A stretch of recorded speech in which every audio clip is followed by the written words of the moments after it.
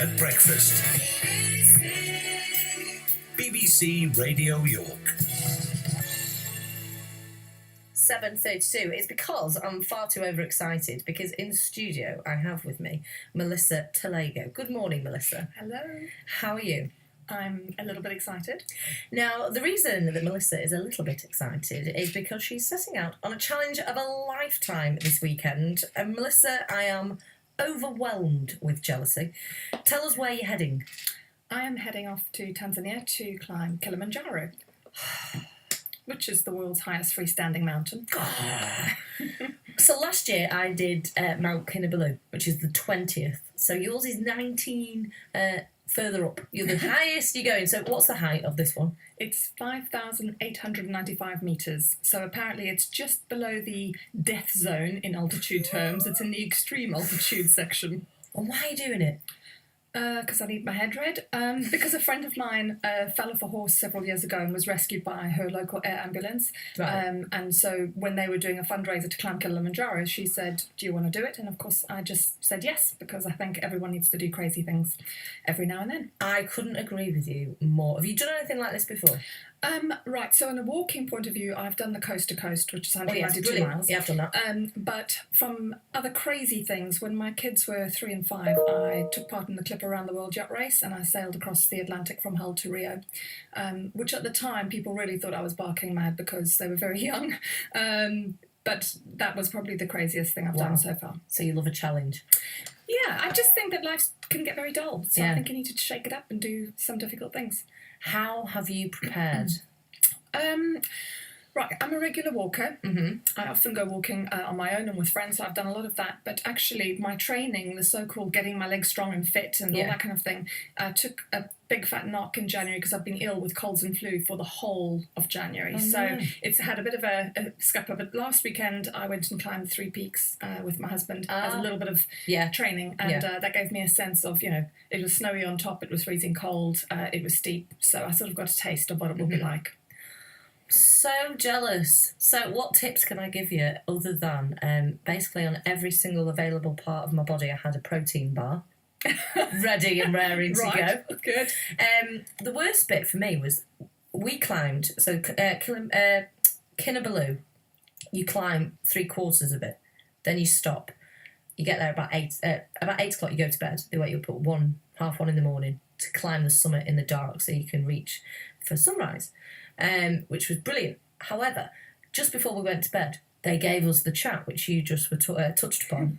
This is the death walk. And they basically said, the second you get a headache, you walk yourself back down.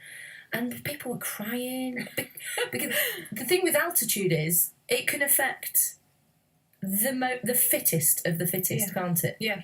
I think there's no rhyme or reason as to who it's going to affect, and they do monitor you. We've got a medic going with us, and we've all got some tablets that we could take for altitude sickness, but basically it's sort of luck of the draw, and hopefully we will get up. I'm hoping so, and we have exactly the same, the sort of night climb, sort of from midnight all the way through to watch the sunrise, and then I think we end that day at 4 o'clock the next afternoon, so from midnight to 4 in the afternoon walking. It's quite a big day. Oh, it is a big...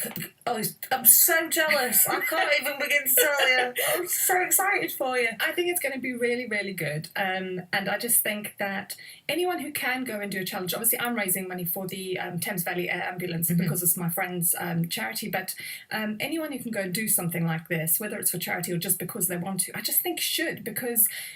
you do the same thing every day with, school runs and jobs, and the things you remember are the things that were tough, like a challenge like this or sailing across the ocean. And when you look back on things, you forget the horrible bits, and you just think, wow, it was amazing because I did that. You remember the standout moments. Yeah. How much have you raised?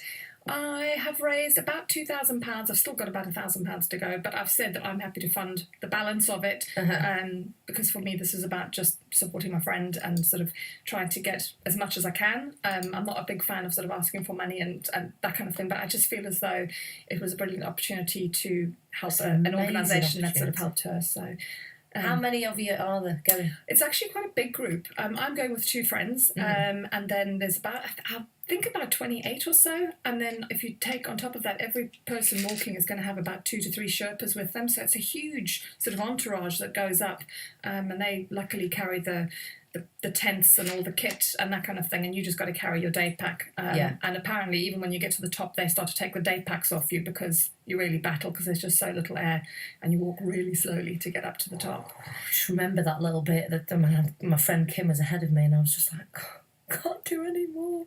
And then you get there, and let me prepare you for the overwhelming sobbing that will come out. Excellent. I'll make sure I have extra tissues on board. They might freeze. Yeah, honestly, you'll need them. I wailed like a baby. Will you come back and tell me how it went? Absolutely. And also, I mean, I've recently, off the back of doing this, I've always been a keen walker, so I've recently set up a free walking group for women called Glamoraks, to try and get more women out who don't see themselves as epic hardcore hikers, but are not sort of ramblers either. They look glamorous underneath their anoraks.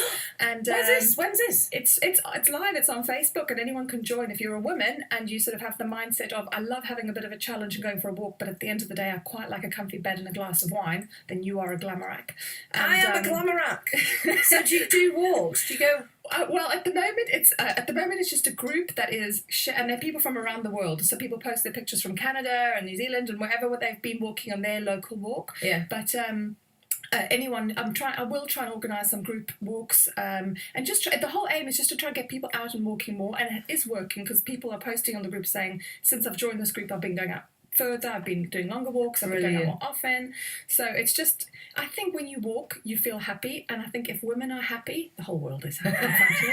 I stand by that. And if there's a glass of wine at the end of the day with that as well, this is like the perfect combination. Melissa, it's so lovely to meet you. And you. All the best. Thank you. I'll be thinking of you, and then come back and let me know how it goes. I will do. So jealous. Lovely to meet you. If you too think you're a Glamorak, amazing.